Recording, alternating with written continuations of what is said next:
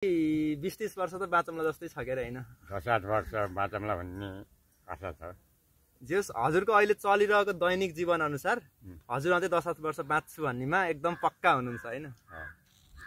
खास योमा यत्रो धेरै बाँच्नको लागि के खान पर्ने रहेछ, के लाउन पर्ने रहेछ, अनि यो जीवनशैली चाहिँ कस्तो बनाउनु पर्ने रहेछ त हजुर बा? भैँसी पाल्ने, दुध घिउ खाने, हजुर त्यही हो।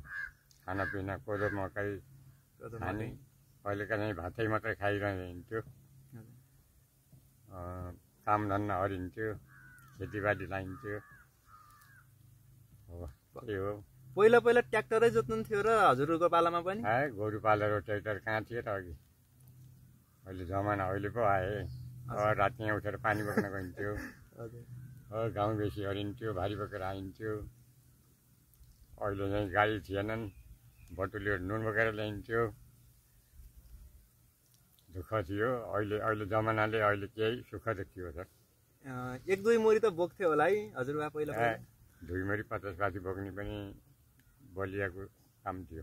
अनि हजुरको पालाको बलियो हजुरै हो कि? खोइ गाउँ बेसी हरिन्थ्यो, मोरी 30 पाथी धान बोकेर ल्याइन्थ्यो। अनि हजुरले हलो चाहिँ कति वर्षको उमेरमा जोत्नुभयो हजुरबा? हलो 12-15 वर्ष जोतियो। बटुलेर नुन ल्याइयो। बटोली भनेको गाडीले लिएर आउँथ्यो? कहाँ बोकेर ल्याउने हो, गाडी कहाँ थियो र बटुलेर यता गाडी देख्नै पाइँदैन थियो। अहिलेको जमाना आउना गाडी आएछन्। चाहियो कि बोक्न जान पर्दैन, यहाँ ल्याइदिनु मलाई अडोर आउँछन्। अनि पहिला त हजुरले उहाँ बोकेर ल्याउनु रहेछ, अनि हजुर आफै एक्लै जानुहुन्थ्यो कि सुनेको मात्रै हुनुहुन्छ हजुरले कुरा चाहिँ? पुस ल्याउनु भन्थे, पुसामा खेतीबाली थन्किएर बटुली नुन लिन जाने भनेर गाउँभरिका सल्लाह गरेर गइन्थ्यो। सबै एकैचोटि जानुहुन्थ्यो? एकैचोटि गइन्थ्यो। एकखेप नुन ल्याएपछि पुर्याएर खाइन्थ्यो वर्ष दिन। 1 वर्ष हुन्थ्यो?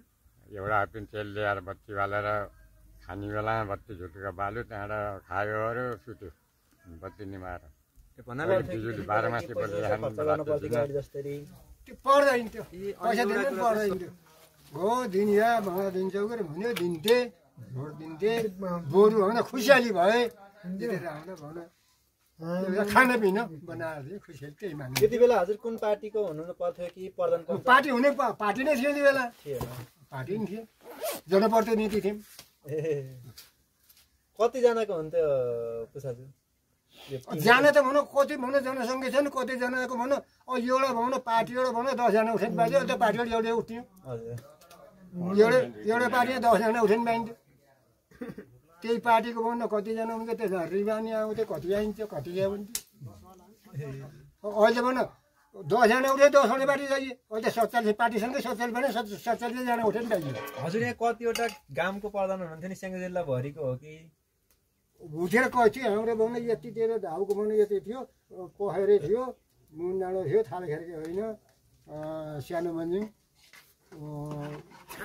छापा, सिरुफरको लामडाँडा थिएन? लामडाँडा थिएन, पहिला त थियो, लामडाँडा थिएन। खोरबार, फोक्सिङ, खोरबार, धुवादी नि होइन, वर्षलाई काटिएको थियो। हाम्रो कुन थियो त यो, कुन पञ्चायत थियो? हाम्रो ढाउसी लन्जिङ। ढाउसीमा लन्जिङ थियो। धनथान थिएन, धनथान हामी पछि यता गाबिएसी मात्रै धनथान हाम्रो यतिर भएको। हजुरले कसलाई जित्नु भएको नि त चुनावमा? कसलाई जित्नु?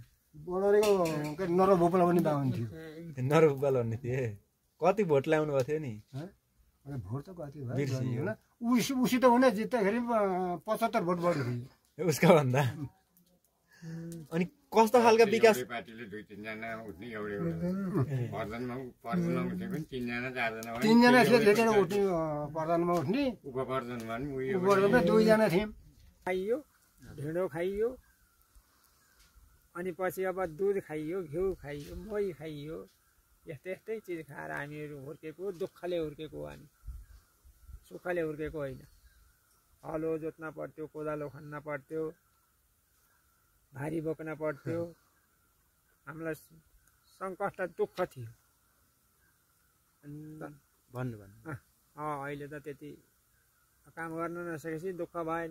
हजुरले कोदो र मकै भने चाहिँ कति वर्षबाट चिन्नुभयो? कोदो मकै त भनौँ 5 वर्षदेखि एउटै चिनियो। खान पनि त्यही खाइयो, त्यही हो खाने, हामीले खाने नै त्यही हो। भातको चलन थिएन। हजुर नेपालमा भातको चलनै आएको थिएन? चलन थियो, तर त्यसरी खाना भातै मात्रै खान पाइँदैन थियो। कि हजुरको दाजुभाइ त धेरै नै थियो होला होइन पहिला? दाजुभाइ थिएनन्, म एक्लै हो। हजुर एक्लै हो? एक्लै हो, दुईटी बहिनी, म एक्लै हो। भनेपछि त हजुरको बिहा त छिटै नै भयो होला? मेरो बिहा 23 वर्षमा भएको। त्यति बेला नि ढिलो गर्नुपर्छ त बा? ढिलै हो। त्यति बेलासम्म रमाइलो गरेर हिँड्नु भयो? हिँडिएन बा, हिँडिएन, नाचगानमा यताउति कसैमा हिँडिएन। नाचगानहरूमा यताउता हिँडिएन, नाचगानमा हिँडिएन। आफ्नो हलो कोदालो गर्दै हिँड्ने, बेलुका खाना खाने, सुत्ने। अनि बिहा गरेपछि त छोराछोरी नै पाउनु भयो होला? छोरा भए, छोरी भए। छोरा कति 3 भाइ छोरा छन्, 4 छोरी छन्। तिनका अहिले सबैका छोरा छोरी नाति नातिना पुरैका छन्। अनि हजुर विदेश चाहिँ कुन देश गएर आउनु भयो? विदेशमा कहीँ गइन बाबु, नेपालै हुनुहुन्छ अहिलेसम्म? म नेपालमै छु। अनि अहिले त 2टा छोराछोरी पाए पनि विदेश दुःख रिहाल्छन् होइन? खोइ क्यारेको हामीले 6-7 जना छोराछोरी हुर्कायौँ, यहीँ बसेर हुर्काएका। कोही विदेश गइएन, कसै कहाँ गएर एक दिन हलो जोतिएन, घरैको कुटेको लाल गरेर पालियो। अहिले क्यारेका हुन्। अहिले मेरै छोरा पनि अब विदेश हिँडिरहेछन्। कि हजुरलाई केले हो यस्तो भएको जस्तो लाउँछ बा यसो सोच्दाखेरि? खोइ उति बेलाको हामी अब विदेश जाने चलन भएन, कोही गइएन होइन। अब भारत जाने चलन पनि भएन, गइएन। घरै बसेर केटाहरूलाई दुःखले पाल्यो, सुखले पालेको होइन। हजुरलाई जेठो छोराले चाहिँ कति वर्षबाट सहयोग गर्न सक्ने भए? जेठो छोरा जेठो छोरी? जेठो छोरोले यस्तै 16-17 वर्षदेखि एउटा बल्ल अलिअलि सहयोग गर्यो। नत्र पहिला त त्यस्तै हल्लुवार डुलेर खाने।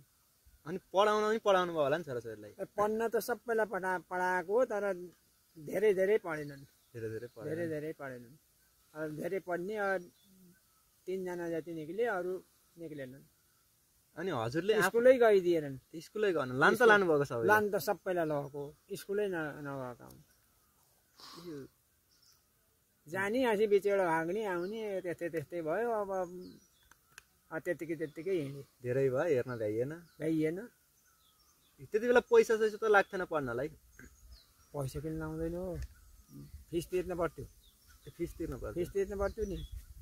अनि आम्दानीको स्रोत चाहिँ केलाई बनाउनु सक्छ? मकै कोदो बेच्नु? मकै कोदो त बेचिन्थ्यो। पछि अब यी बढेपछि मकै कोदो बेच्न परेन। अघि त मकै बेचिन्थ्यो, कोदो बेचिन्थ्यो, तर धान बेचिँदैन थियो। धान हामीलाई ठिकै कति मोरी जति हुन्थ्यो बा यो मकै र कोदो हजुरको? कोदो हुन्थ्यो